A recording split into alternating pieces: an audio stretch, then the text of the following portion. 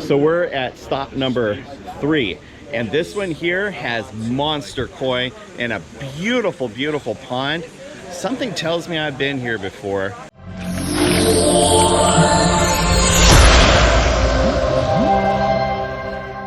This looks like a swimming pool that's been converted into a koi pond almost. I'm wondering if this is that same stop. If it is, then the last time I was here was in 2013, and it was on a nighttime pond tour, totally lit up at night. As I walk around and explore, I'm pretty sure that this is that same house.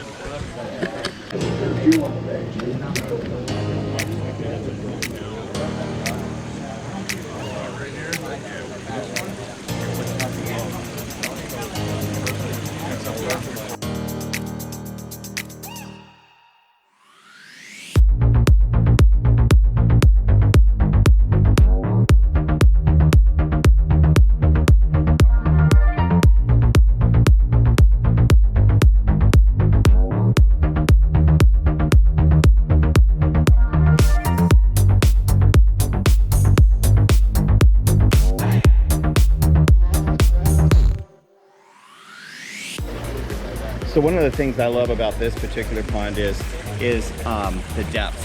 So they've got some really, really big koi in here, and one of the ways that koi like to feed is they don't like to come up and just kind of skim the surface like this. What they like to do is they like to jump up. I don't want to use the word jump, but they like to come up and boom, hit the surface and then go right back down.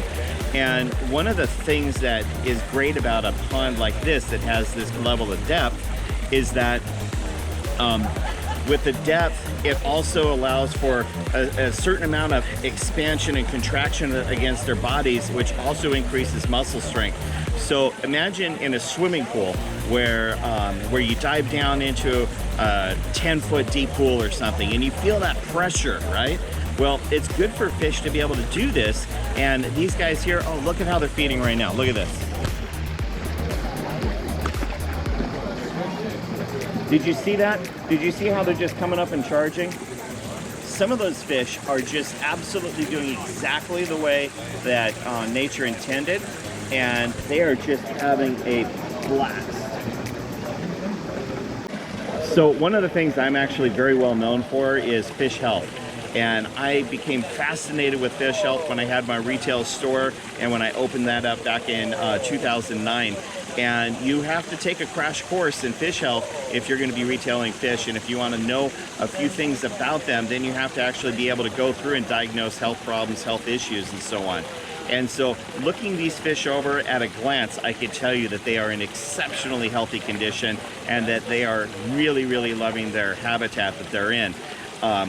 Not the case in some cases where there's standing water, a lot of still water. Where I was showing you the video earlier where these koi were swimming around, and by the way, some of these fish are very expensive, but there was a lot of current, and I knew that there was one of Aquascape's new power jets that was there, and the fish loved swimming into that. That also gives them a certain amount of exercise that helps them build good lean muscle while maintaining a certain amount of fat content that's absolutely essential for their survival over the winter. Let's go check out the rest of the pond.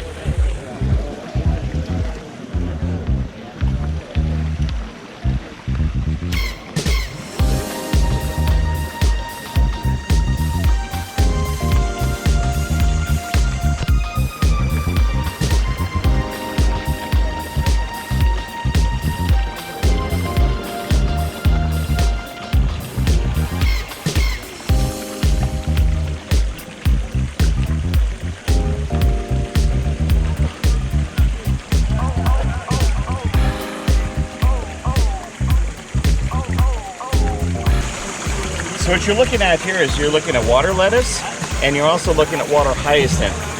Water hyacinth is one of the best nitrate removers in all of creation. This is going to suck nitrate out of the water better than just about anything else. And one of the values of having a plant like water hyacinth, and this is just a gorgeous plant by the way, one of the benefits of having water hyacinth is that it's consuming the same food that algae wants to eat. So therefore, if you look through this water feature, you see very, very little algae on the rocks, very little string algae. And the reason why is because these plants like the water lettuce and the water hyacinth are drawing the food out that normally would have fed that algae. It's a process called competitive exclusion.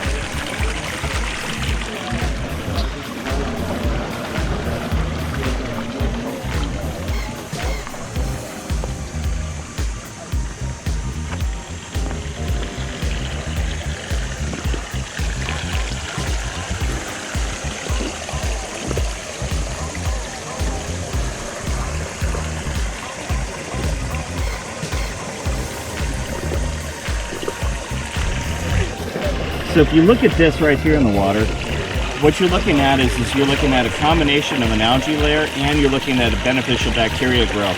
This is the stuff that's converting your nitrogen, converting your ammonia into nitrite and converting the nitrite into nitrate. The nitrate is feeding these plants. And it's such a healthy ecosystem that we can put your plants directly into the stream bed and they're going to thrive. Carl, let's check this out. So it's just a piece of pipe that comes Oh yeah, Mystery Falls. Yeah, awesome. So check this out. This is what we refer to as a Mystery Falls. And there's a pipe that's drawing this water here, and it's kicking it out underneath this flower bed, underneath this, this stepping stone here, and it's blasting it right back out over here. This is a really, really cool feature, and we do incorporate a few Mystery Falls into our projects depending on the situation. There was one video that we did a few months back for a customer that's out in Corona, California, and they had a pagoda and they wanted that pagoda to have a really neat effect. So what we did is we came off the front of the biofalls, we created a Mystery Falls, we redirected the water out to the bottom of the pagoda and had the top of the outlet lower than the inlet coming in from the biofalls, and it created a bubbling water effect that was just simply fed by redirecting that water off the pagoda. Then we put a light on the inside of it, and it's a really, really great effect. Homeowner absolutely just loved it.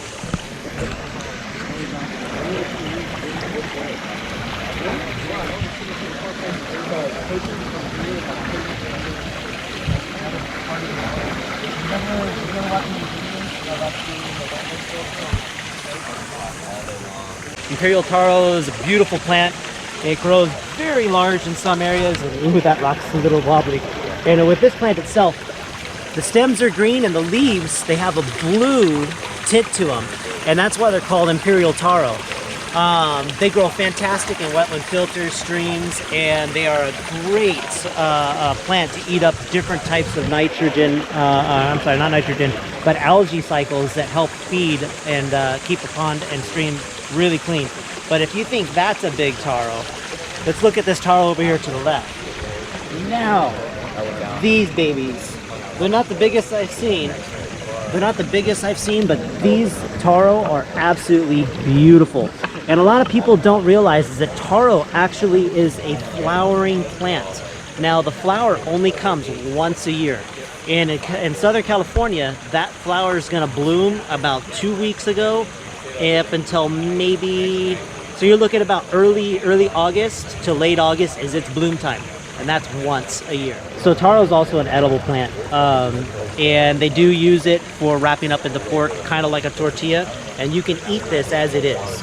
The root system is turned into poi, and poi is kind of like a butter when it comes down to putting on bread or actually spreading on any kind of meat and things like that. It's also used in putting on top of mangoes, fruit. It's a really good tasty flavor for that. And the consistency is kind of like peanut butter. I got a big head, but I don't have that big of a head. Look at that leaf. That is just ginormous. Right? This is just all the life stream, all the plant's roots and everything. These are all the veins of the actual plant growing out to the edges. This carries a lot of actual nutrient to the plant itself and all the way up and out. That's why you have that kind of texture. So we do get phone calls from people that say, hey, I have a swimming pool, but I'm not really using it. What can I do to have a water feature that I can use all year round and that's going to complement my landscape? And that's exactly what you have here in this video here with this water feature. It is sprawling and it's just running all over the place. Where I am right now, where the biofalls is for the pond, I'm saying I'm probably about a good 50 feet away from the actual water feature itself. And they pushed everything nice far and away, which is exactly what you want to do so that your water feature is explorable and it tells a story and it engages your visitors to your home and even yourself. So these are all things to take into consideration when you're considering having a water feature done. You want it to tell a story, you want it to invite people into your yard, and you want it to just be a place of refuge. And that's why I love to share videos like this. So as I'm telling the story of this pond, you know, we've got all sorts of really great things here. We've got these stepping stones, but look what we come across. Look at this living space. Right over here, off to the side of their own creek in their own backyard, they've got a nice little fire pit. Can you imagine sitting out here at nighttime and just looking up into the canopy of trees and seeing the stars at night and looking at just God's creation? And oh man, I just can't believe it. Look at these stones for this patio, and it's just, this patio really isn't even that big. From end to end over here, I'm looking at maybe 15 feet by 15 feet. It's not that big a patio, but it gives you that intimacy. And finally, I'm going to take you across this really awesome, I'm going to call it a floating stone bridge, because it looks like these stones are floating, but they're not. And these are really easy to create if you know what you're doing. Super stable to walk on, super nice and big, and it draws you into the water feature. And so just look at that. Isn't that amazingly beautiful? And you know what I love the most is just look at all these people that are out here. They're just sitting here enjoying and exploring and walking around and seeing something new. This is exciting. This is exciting. You can't get this. It's so much fun. Look at the water lilies over here. Look at this.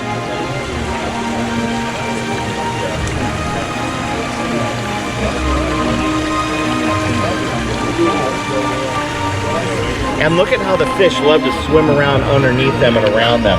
Look at this.